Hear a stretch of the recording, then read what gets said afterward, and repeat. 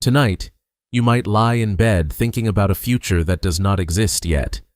Bills, deadlines, health, money, work, a message you have not answered, a life you are not sure you are building correctly. Nothing is attacking you. Nothing is standing in the room. But your body still acts like danger is close. Your chest tightens. Your thoughts speed up. Your mind jumps forward again and again, trying to solve a tomorrow that has not arrived. This is one of the strangest things about modern humans. We can be safe in the present and terrified of the future. But for most of human history, the future was not something people carried in their heads all day.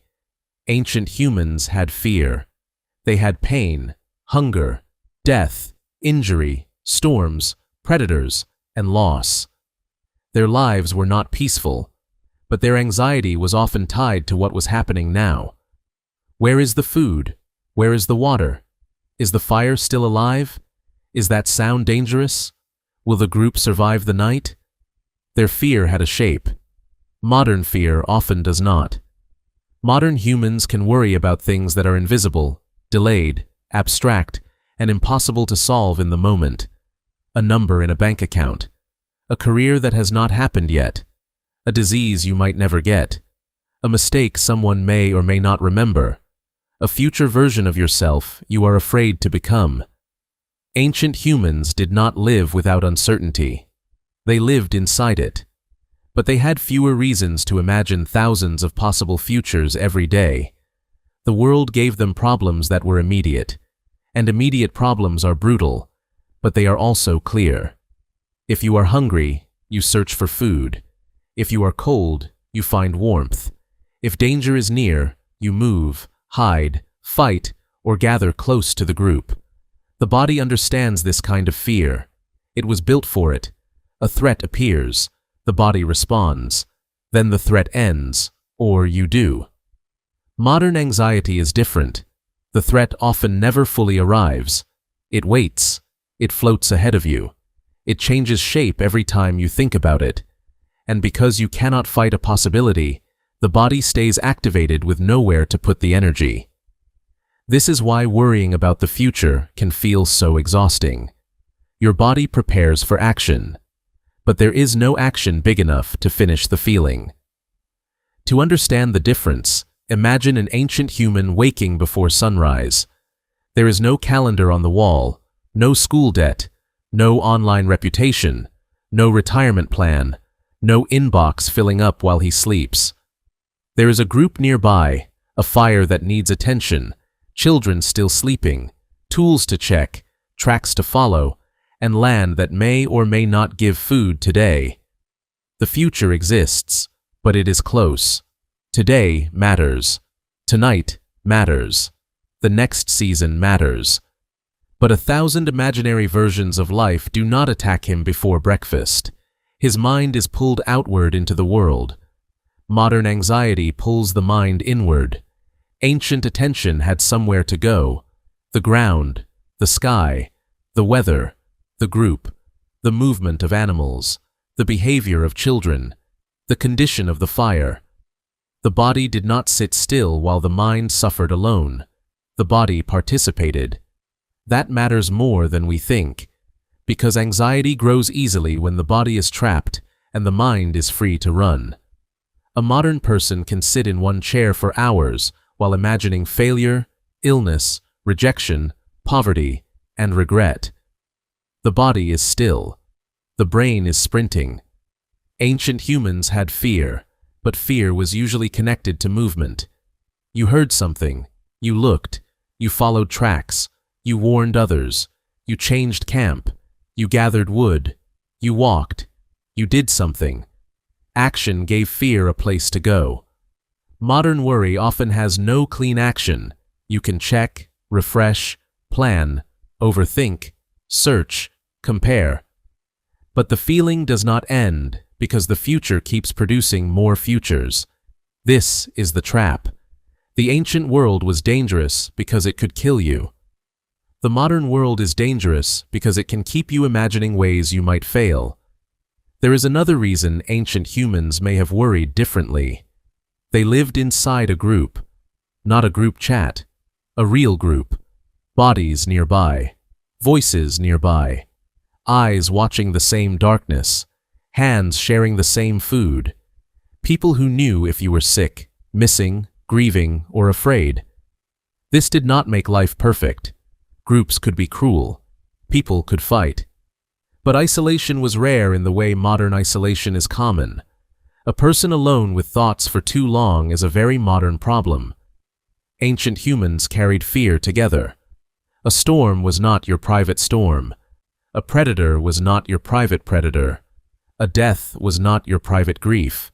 The group felt it, reacted to it, and built stories around it. Modern humans often experience fear alone while surrounded by people.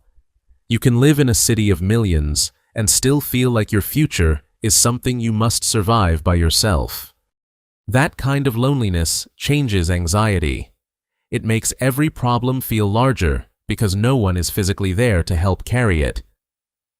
Ancient humans also lived in what some researchers call an immediate return world.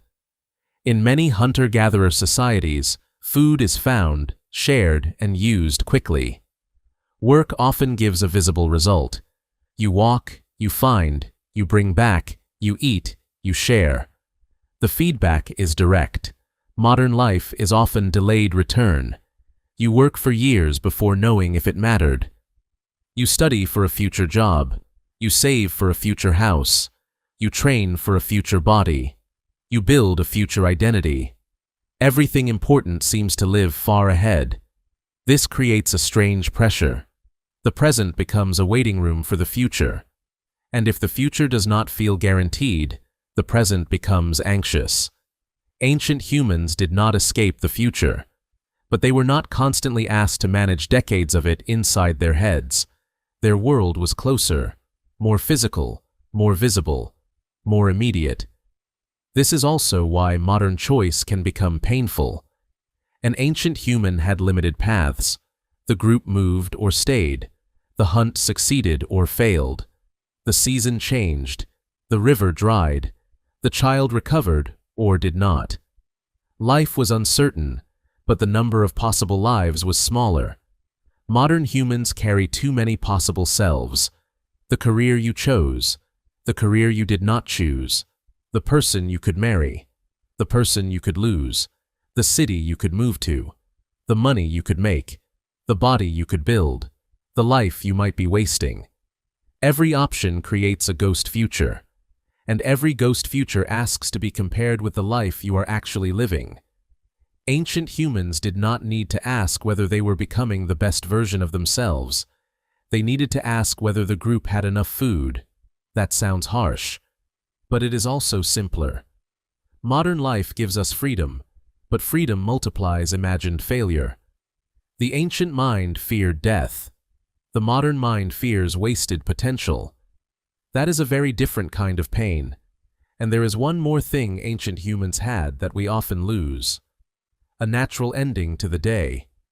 When the sun went down, the world changed. Work slowed. Movement became limited.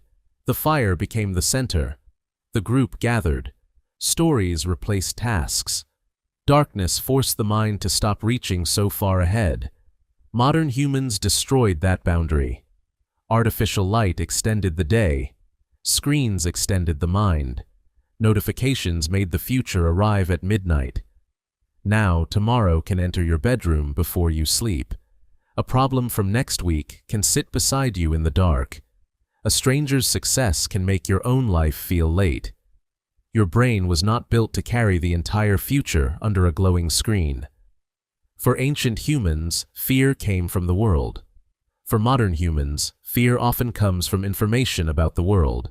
News, messages, predictions, warnings, markets, trends, opportunities, disasters. Everyone telling you what might happen next. The ancient human did not know most of what could go wrong. The modern human knows too much. And the body treats knowledge like responsibility. If you know about a danger, some part of you feels you should be able to prepare for it. But no human nervous system was built to prepare for every danger on Earth. So the system overloads. This does not mean ancient life was better. It was shorter, harder, colder, and more violent than anything most of us would survive. But anxiety was not floating through an endless digital future.